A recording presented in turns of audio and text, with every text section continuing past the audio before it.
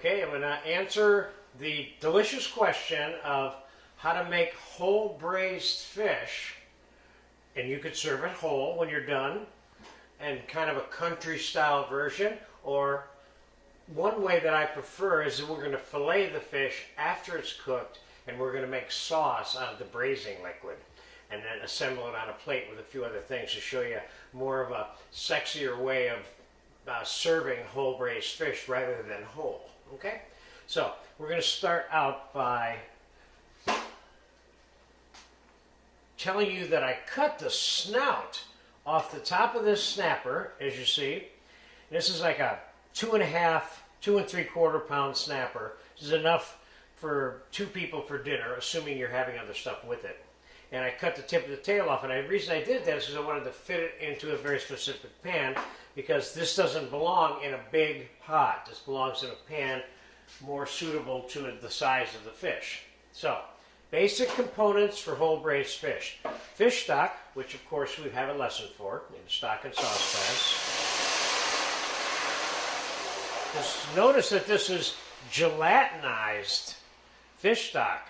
So the gelatin from the insides of the fish bones that I made this stock out of have turned this to gelatin, which is absolutely what it should be doing, okay? Now I'm going to take the fish and slide it in here. Then I'm going to take some onion, celery, carrot, and the provincial version of this, I'm going to serve these vegetables with this. Some sliced mushrooms. And we're going to put a few slices of lemon in here. And we're going to put a little bit of fresh cracked black peppercorns in here. And I'm going to put a little bit of bay leaf in here. And I'm going to put a little bit of dried leaf thyme. You could certainly use fresh thyme for this. Notice that it's not boiling anymore. So, now I'm going to put this on the stove, and there's one other thing I could put in here, which is kind of, it's a variable decision on your part, and that is a little bit of whole butter.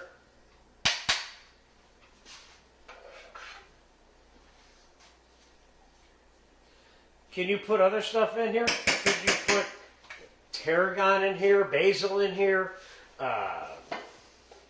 whatever flavor you want to put in here, you can put in here. You can put whole cumin seeds in there, and the list is kind of endless. The important part is that you have good basic flavors, because we are going to make the sauce out of that juice that we're serving with that fish. This would be a very old world, conservative, and traditional method for braising whole fish, then making the sauce out of the braising liquid, serving it with it, filleted. And I'm going to, it's getting hot again now. I'm going to put it in, I'm going to cover it, and I'm going to put it in the 325-degree oven. This fish is probably going to take about 35 to 50 minutes. And I'm going to bring you back when it's just right and tell you exactly how long it was in the oven. So let's get this bad boy in the oven.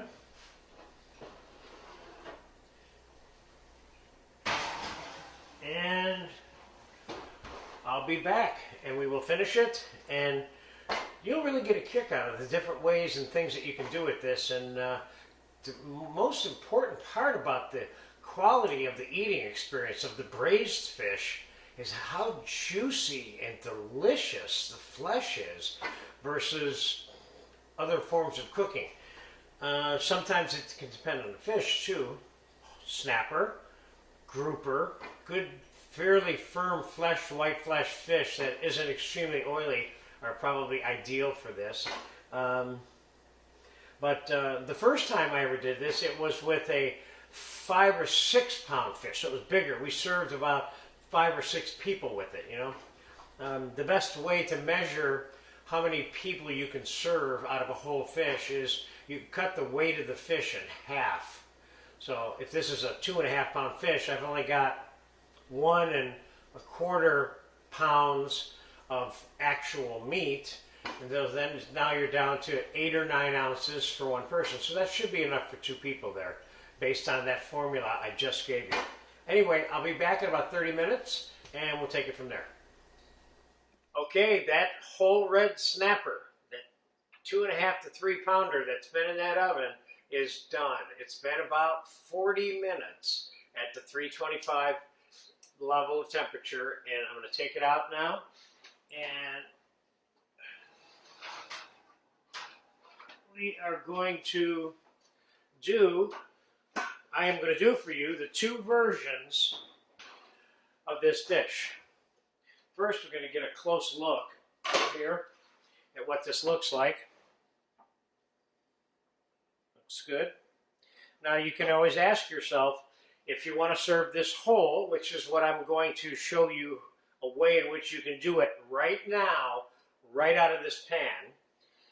Whether or not you want the head on, that's up to you.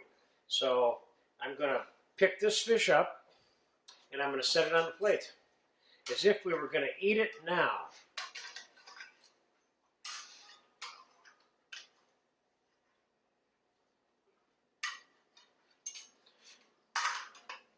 That looks good. Now, if I was going to serve it whole, I probably would peel the skin off of this, and I'm going to peel the skin off of this in a little bit later. We're going to keep it warm after I show you how to put out this provincial style version of this. We're going to keep this warm, and here,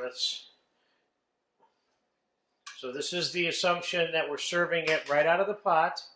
This is the home style version, and this is nothing wrong with this. And then I'm going to show you a more refined version of preparing this finished, cooked, whole braised fish.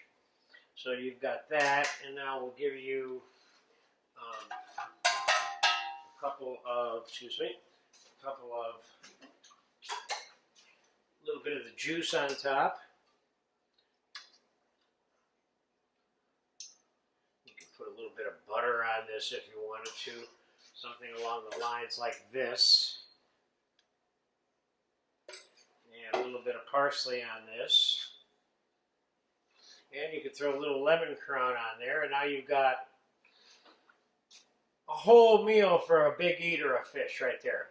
So that's the provincial home-style country version of the 2 versions that I'm showing you today, okay? So for right now, we're done with this part of this. So I'm going to pick this fish up, and I'm going to set it over here on this little sheet pan.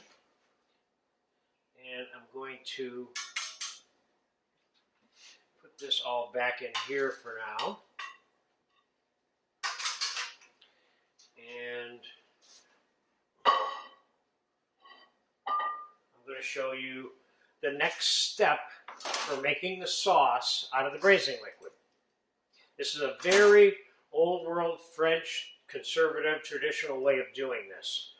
Now, this is not something that you probably get in a restaurant because they can't take the time to do this, but if somebody was having a private party at their house or in a small dining room for 20 people that were all having braised fish, they could do this fish in advance, do just what I'm doing with a damp towel, cover the fish up, keep it warm, make the sauce, which is what we're about to embark on, and then replate the fish after they skin it, pin bone it, and finish the sauce, and then we're going to have some few little extra garnishes with ours. I think we're going to do some fresh spinach and some sliced boiled garlic butter potato, and what else are we putting on? A little bit of fresh, and some tomato, some cold, fresh, raw tomato concasse with a little basil, garlic, olive oil. So we have 3 little condiments that we're going to serve with our piece of fish on a plate when we're done. But for right now, we're going to take the juice, the braising liquid, and we're going to put it in this pan to reduce it.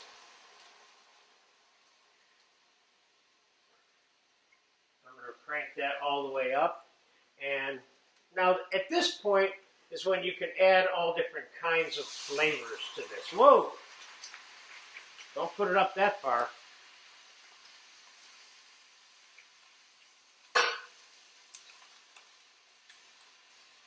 Sometimes I just don't know my own strength.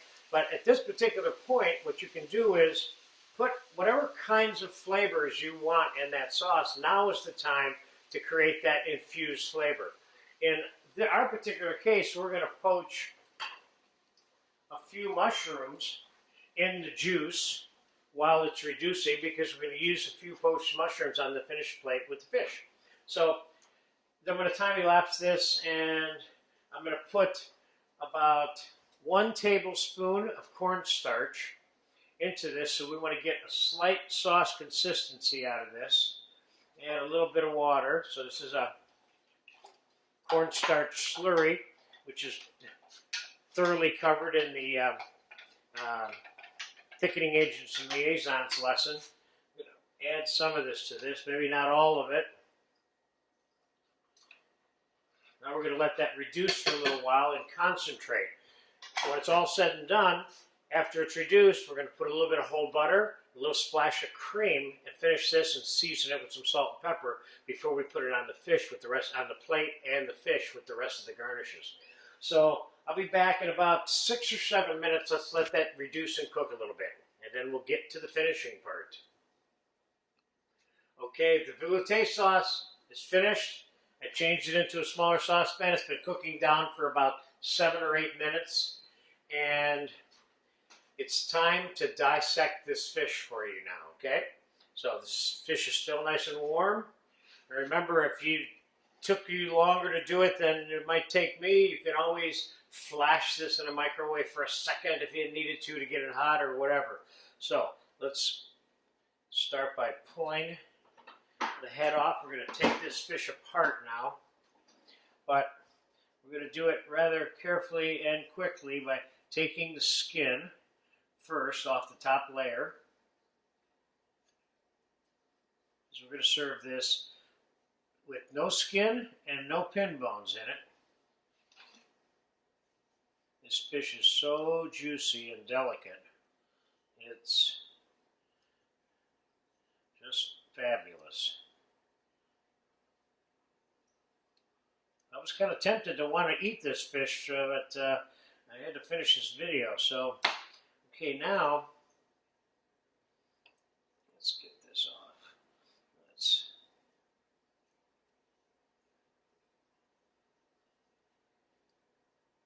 get the flesh off of the fish. Of course, after you take the skin off like this is another stage that you can choose to put the fish on the plate. You got the skin off, you want to serve it whole but kind of skinned without the head. This is another stage to do that at.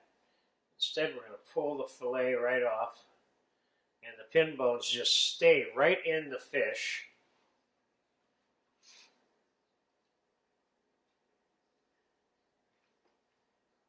Get that skin off of there.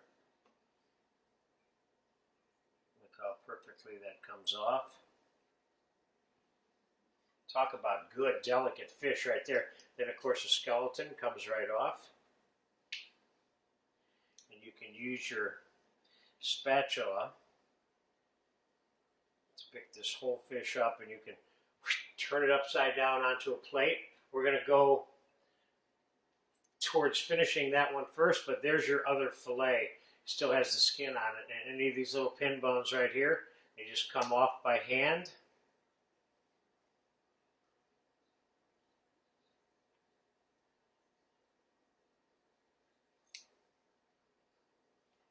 So there you have that. Now you can go like that if you want.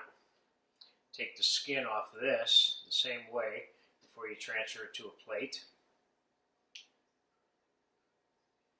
The optimum way of serving this, I would think, to make it completely stress-free for the person who's going to eat it, is to serve it completely pin-boned and completely skinned, and the fish fat taken off. Like, for example, let's switch these up, and I would say this is probably the safest way to do this.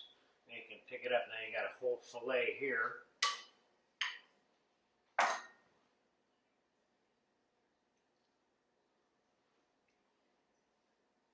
So you have two dinners, just like I suspected you would.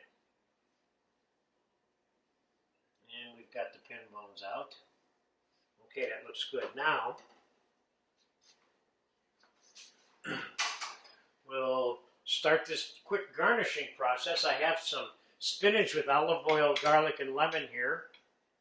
I'm just showing you things that you can do to serve this with, which are kind of nice.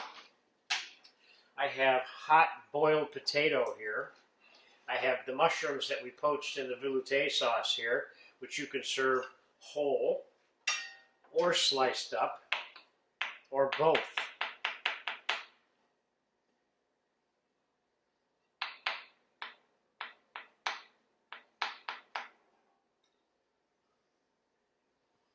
And we have some potato I just took out of boiling water here.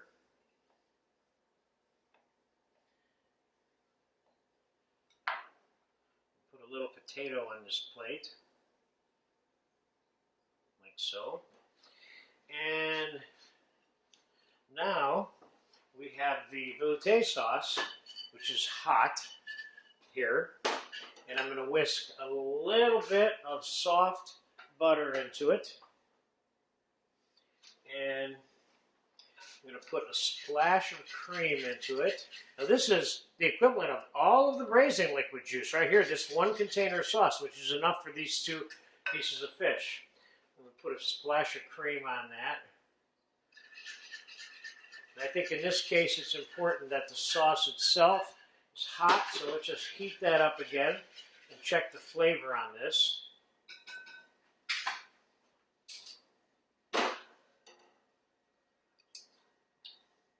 Oh, this is really good. One more thing I did during the process of reducing that fish stock into a fish veloute sauce was I put a pinch of sugar in it. I thought it had a little bit of fishy, acidic back taste to it. So I put half a teaspoon or 3/4 of a teaspoon of sugar in it too. So now your sauce is hot.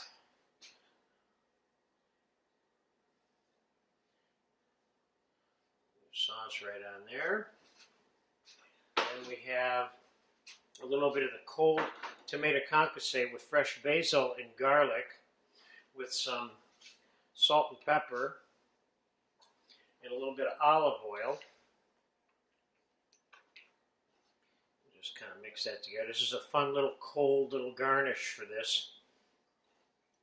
A little fresh tomato basil. Put some of this here on the plate. And then finally, I have one more thing for this, which is just put a little pinch of garlic butter on top of the potatoes. And you have another way of eating this fish, which goes beyond the, here, let's put a little drizzle of olive oil over the whole thing just for fun. You have another way of eating the whole braised fish. This is a little sexier. The other way is good, but this has got all these other new different textures and flavors mixed into the plate with it, and there's no skin and bone here to deal with. So that pretty much completes the process for whole braised fish and making the sauce out of the braising liquid, which is what we did with, and we now have fish veloute sauce here with our braised red snapper. This is really good. I can't wait to eat this. Bye-bye.